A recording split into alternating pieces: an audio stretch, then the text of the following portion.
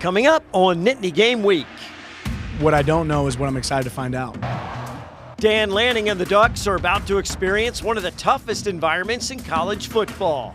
What the Nittany Lions need to accomplish in order to outlast Oregon in the whiteout. PSU's secondary is deep and talented.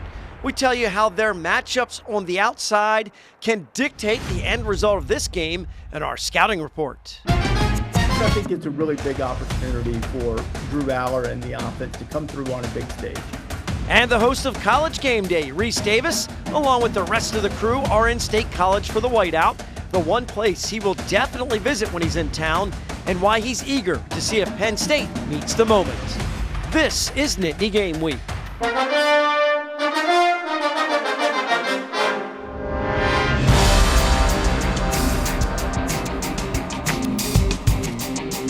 Hello, everyone, and welcome to Nittany Game Week. I'm Todd Sadowski, alongside former Nittany Lions coaches Jay Paterno, obviously ready for the whiteout already, and Tom Bradley. All right, feels like the season is about to receive a huge jolt, a whiteout with Penn State and Oregon.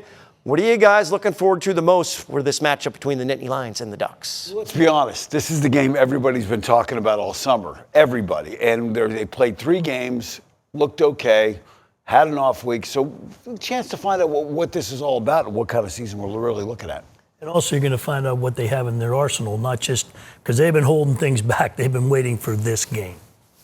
Now look, coming off a bye week, PSU only 4-7 against Big Ten teams since 2014. I stole that from last week's trivia question. How the crowd can be a factor, the way they stack up when the Lions have the ball, and what should concern Penn State when the Ducks are on offense in our opening drive. And we got to start with something very funny. We'd love to see the visitors stumble out of the blocks on Saturday night. The Ducks mascot loses his head before their home opener has to run back into the tunnel. But that's not likely to happen. Oregon not intimidated by many environments. What's it like to coach in this game with this next level of noise and chaos? Well, when you're on offense and you're at home, it's not that bad because the crowd gets quiet for you. When you're on defense, like Tom had to deal with all those years, they've got to communicate with each other verbally, and that becomes really difficult. It does, and that's one of the things you got to make sure. You're using a lot of different hand signals and a lot of different things that you've got to practice during the week, and you get spoiled a little bit at Penn State because the practice is quiet and this and that. You've got to get to bring in the noise into the practices so they're used to dealing with it.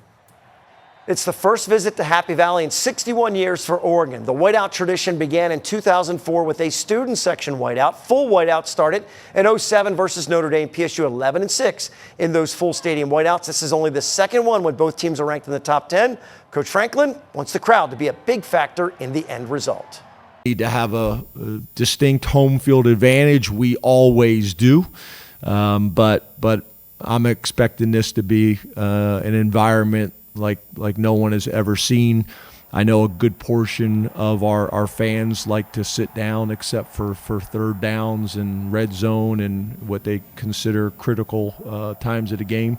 But I'm challenging everybody. This is a 4-quarter, one play at a time, first, second down, third down, fourth down, punts, kickoff coverage, that we need to be on our feet screaming a collective battle cry in the stadium.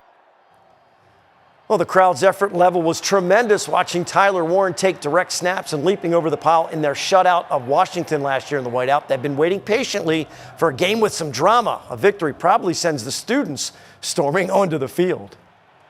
Well, Todd, having to coach up Penn State's fans about how to handle a whiteout is like coaching Tom Brady how to play quarterback. They're the best that ever was. But when you look at it, there's lots of talents on both sides of the ball. Tom, one of the best things that happened for a defense in a game of this magnitude are the false starts from the offense. That noise is really important. That noise I don't think people understand that noise. Being down on the field and listening to it, it's absolutely crazy what goes on. Games exactly like this one are part of the reason Drew Aller, Nick Singleton, Katron Allen, Nick Dawkins, veteran players decide to return for unfinished business. And Jay, a fast start is easier said than done, especially for a team with struggles early in their first couple of games. No question about it. They've been slow out of the gate. They're going to need to be. Oregon, when you look at in their opening drives and in the first drive, the second half, they've scored 7 touchdowns in 8 possessions. So they are really good at the start of both halves. If Penn State gets behind, then that's a different situation for Penn State. They want to get started. Well, it's a new trio of receivers, and tight end Luke Reynolds replaces Warren. For Aller, he's been working with and talking to his guys to figure out where each player is comfortable on the field.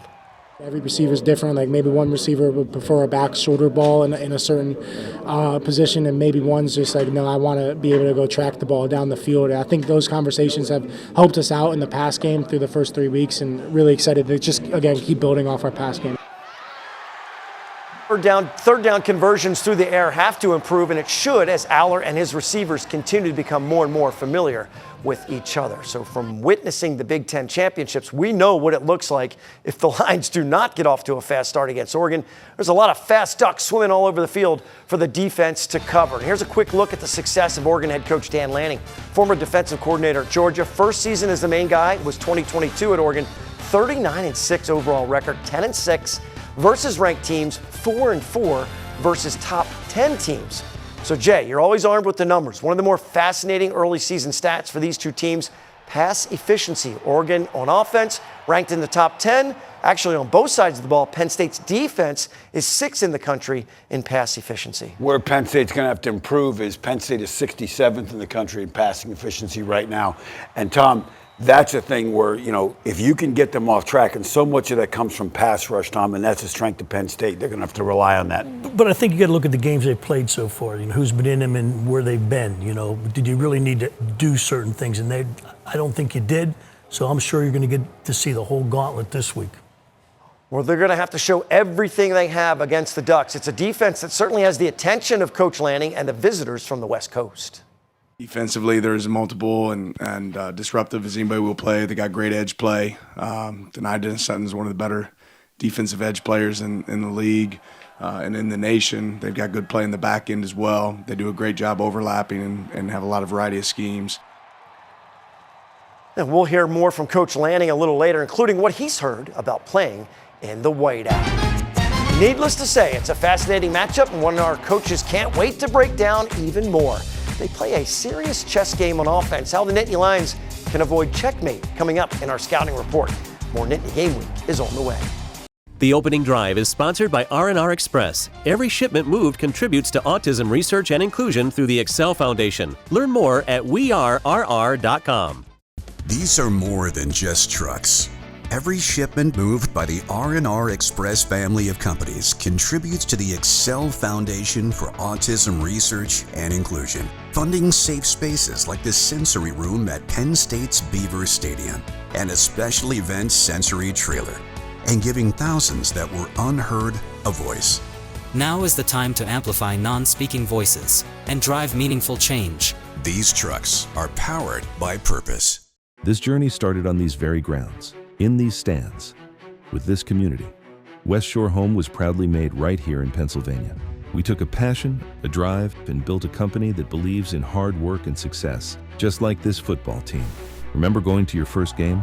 The roar of the crowd? The feeling of being part of something bigger? That's a feeling you never forget. Bring that same feeling to your home with an extra $750 off, in addition to our current offer, by visiting westshorehome.com/PSU. Nittany Game Week is brought to you by West Shore Home, official partner of Penn State Football. Welcome back to Nittany Game Week. Some teams are just more fun to dissect than others. The Oregon Ducks, for example, speedy, strong, about to swim into the Nittany Lions' backyard. Coach Bradley, Coach Paterno, I'm not sure if fun is the way to describe scouting a roster this good. Intriguing and next-level challenge is probably more appropriate. The hard thing is to figure out what to include and what to keep out, because you could do so much with these guys because they do a lot of different things. But let's start with the Oregon offense. A lot of fun to watch, players to watch. Dante Moore, this is his 10th start in college. DeCorian Moore is a big-time wideout. You're going to be watching him on Sundays. Sadiq had 2 touchdowns against Penn State last year, 31 plays of 20-plus yards in 4 games, a big number. A lot of running backs, 5 running backs in their game plan, 2 of them in the backfield at the same time. Sometimes they line them up at wideout. Whittington had 80 yards against Penn State last year. Davison has 6 touchdowns. He's their red zone back and makes them so good in the red zone. And up front, as if all that isn't enough, they're veteran, 163 starts. They're big. Watch the matchups in the tackle position against Penn State's pass rush. They've only given up 1 sack in 4 games, so I think Penn State will be able to get past them. Now, here's the chess match, Tom. Yep. You look at it and say, okay, they've got the RPO run game with the quarterback and big-time running backs. They got the dual threat quarterback. They got big play wideouts you got to pay attention. And they got a big-time tight end, so there's a lot of people to deal with here. And if you make the chess match move to stop the run because Oregon wants to run, now you're stuck outside, Tom, and how much pressure does that put on you? Well, that puts a lot of pressure on you, but the one thing here we've talked about is this big play wideouts, big-time tight end. The one thing you don't want to do, don't give them any big plays. Make them earn everything they get. No question about it. Now, let's talk about starting fast. Since Dan Lanning got to Oregon, in 45 games, they have 187 points in the first drive of games. That's 4.1. That's really, really good. Against Oregon State, 7 plays. They gave a bunch of matchups, a bunch of formations, 84 different potential combinations as you scout them. Now, here against Oregon State, they have 2 running backs in the game, 2 tight ends in the game. They're going to pull the guard and pull the backside tight end, and the defense is going to flow with that fake. They want to run the ball, Tom. They definitely want to run the ball. They want to get it going, and they want you to get up around the ball. So then, guess what? A lot of lanes to throw the ball. And you can see when they get in the open field, if you are a step off, that could be 7 points. They're really, really good with that. Now, let's talk about the next thing. Red zone and third downs. They are among the best teams in the country in both those. 100% in the red zone, 80% touchdown red zone production. Here they motion to reveal the coverage, so now this young quarterback knows what you got.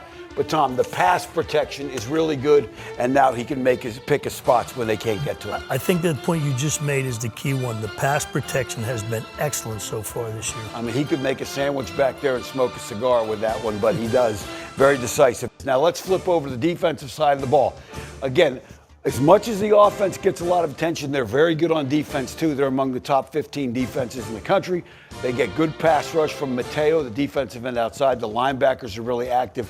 The cornerback, Brandon Finney, is a freshman. Everybody chased him from Maryland. They are very much an NFL style like you and I talked about. They're not worried about getting a lot of tackles for losses. They're worried about holding up the double teams, playing the gaps, and letting the linebackers run and make plays. No question about it. I think the one thing that they're able to do is those front 4, they don't have to bring a lot of people. They control this line of scrimmage. No question. Now, let's talk about the next part of it. Now, one of the things they like to do on third downs, they're really good on third downs, 5-man pressure, and then they lock you up outside or try to, and then they read routes inside. And Tom, look at how effective they are here. Just driving on that route, they are among the top 5 teams in the country in deflecting passes and breaking them up. And so that's going to be something to watch for. And now, Tom, you got linebackers that can read routes and make interceptions. These guys have 3 interceptions in 4 games. How important is when a quarterback stares or for not to stare for those linebackers? Well, that's what the linebackers are looking for. Look at the quarterback's eyes. He's going to tell you where he's throwing the ball. And Mixon is the linebacker here. He sees him looking at that running back all the way, makes the play, and then not only that, does something with it after it. Thank you, coaches. Of course, this meeting with Oregon and Happy Valley has been one of the marquee matchups everyone in the Big Ten is talking about. This summer, I was in Las Vegas for the conference media days and slipped in a question about the whiteout to Coach Lanning.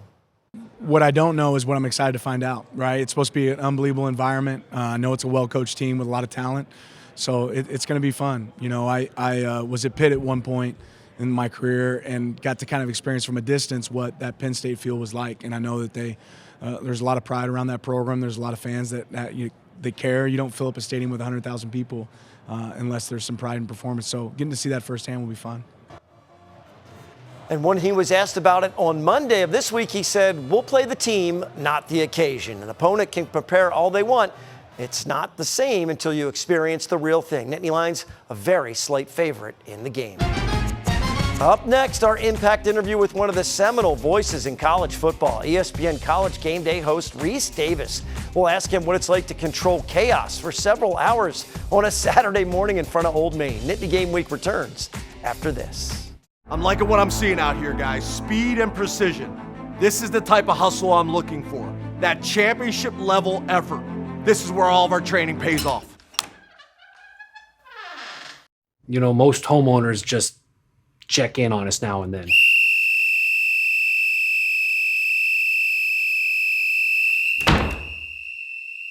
Every West Shore home installer is a highly trained employee that can stand up to scrutiny from anyone.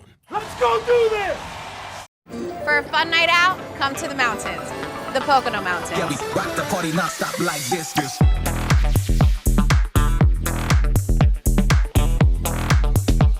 Yeah, we rock the party non-stop like this.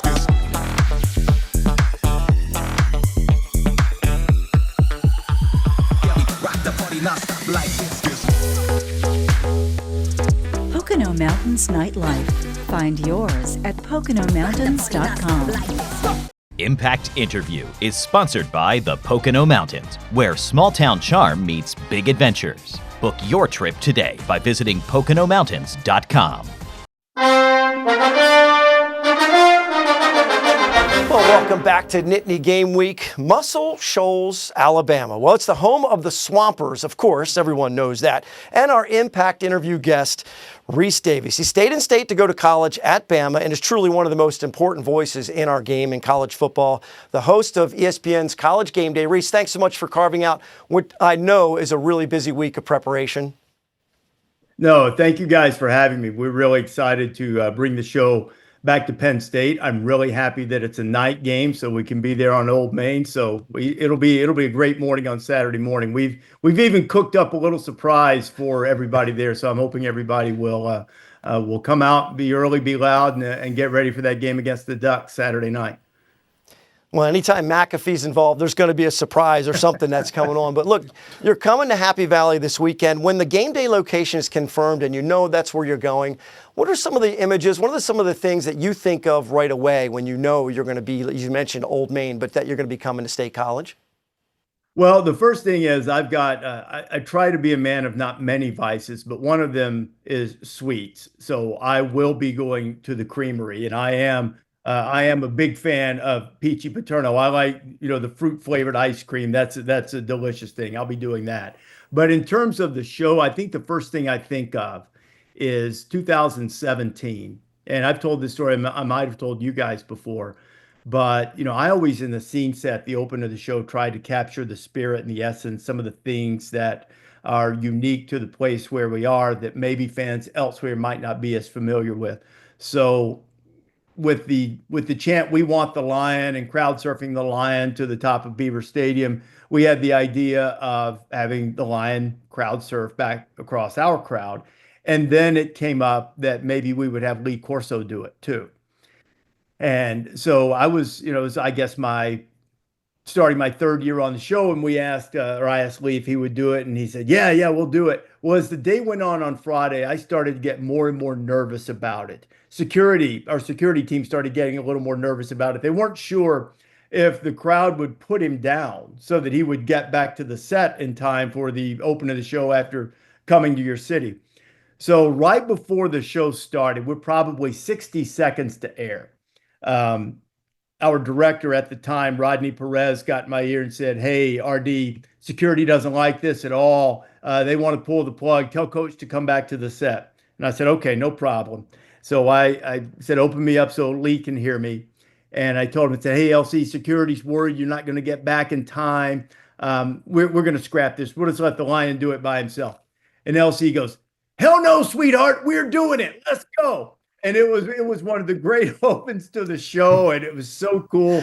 And Lee loved doing stuff like that, and I thought the crowd enjoyed it. People at home loved it, and I think that's the first thing I think of whenever that and the hospitality that we're always shown when we come to Penn State. Well, you kind of segued right into my next question. I mean, as the quarterback of game day at a live television event, how hard is it to manage that in real time? Jay, I got to tell you, I really think that the guys that I've got a great team around me. I know that sounds cliched, but everybody wants the good of the show.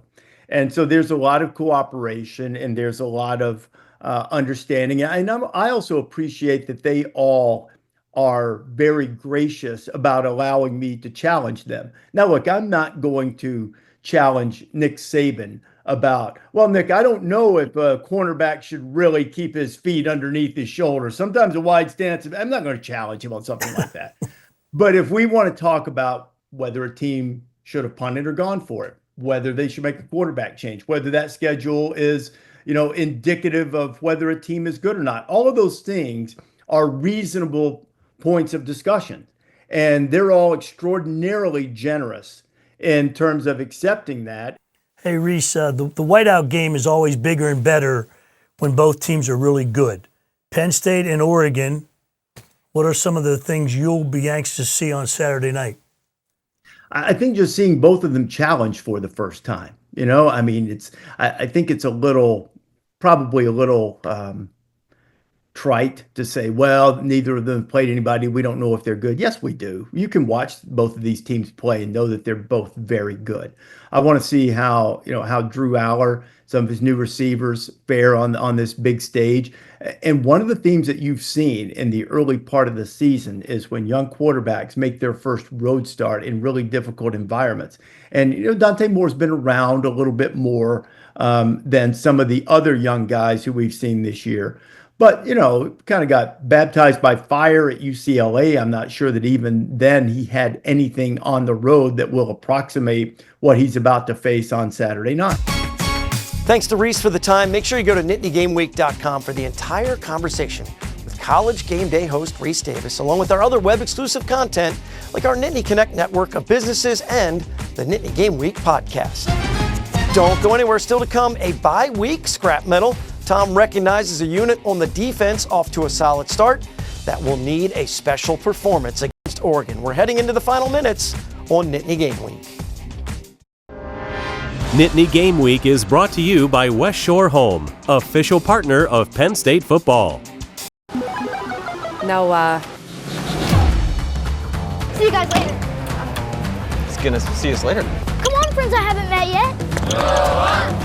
Noah, be careful. You know Noah? I'll have the tomahawk. And so will he. This next one goes out to Ken and Janice. Did he just call you Janice? Kick how hard away. These are more than just trucks. Every shipment moved by the R&R Express family of companies contributes to the Excel Foundation for Autism Research and Inclusion, funding safe spaces like the sensory room at Penn State's Beaver Stadium and a special event sensory trailer, and giving thousands that were unheard a voice. Now is the time to amplify non-speaking voices and drive meaningful change. These trucks are powered by purpose. Scrap Metal is sponsored by Burke and Bradley Orthopedics. Located in Pittsburgh, Burke and Bradley Orthopedics is a comprehensive sports medicine practice, providing patients with the most current and innovative approaches in diagnosis and treatment. No game last weekend, still a chance to recognize a group of players that are playing at a very high level consistently through the first 3 games, Tom.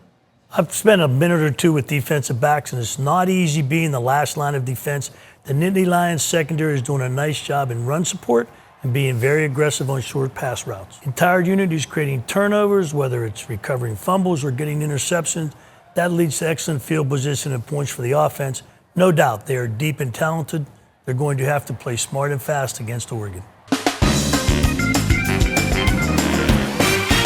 It's trivia time. Last week's question: since 2014, Penn State has played 11 games against Big Ten teams after a bye week. What was their record in those games? 4-7. Joe O'Connor of Rockledge, Pennsylvania was our winner. This week's question: Penn State and Oregon first played in the 1960 Liberty Bowl in Philadelphia Municipal Stadium. In 1964, the stadium was renamed. What was the new name of that stadium? Nothing like a whiteout to bring the Penn State community together, and we're doing the same thing with our Nittany Connect network at nittany-game-week.com. We're partnering with businesses that support the show, letting our viewers know about their great products and professional services. Make sure to check out nittany-game-week.com for all of our web-exclusive content, airtimes for all of our network of stations, previous episodes and interviews, the Nittany Game Week podcast. All can be found at one convenient location, nittany-game-week.com. And while you are visiting the website, make sure to submit your tailgating and your game pictures. We always finish with some pride picks this week, a special theme with some pooch picks or pride pups, basically a bunch of cute dogs. Show us your spirit. For Jay and Tom, I'm Todd. Thanks so much for watching Nittany Game Week. Enjoy the whiteout, everyone, and we'll see you next time.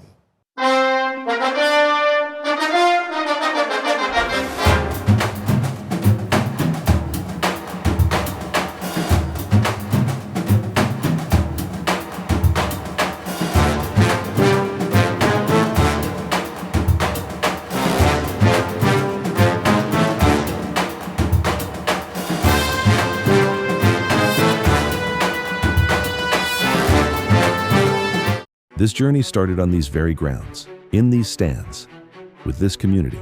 West Shore Home was proudly made right here in Pennsylvania. We took a passion, a drive, and built a company that believes in hard work and success, just like this football team. Remember going to your first game? The roar of the crowd? The feeling of being part of something bigger? That's a feeling you never forget. Bring that same feeling to your home with an extra $750 off in addition to our current offer by visiting westshorehome.com/PSU.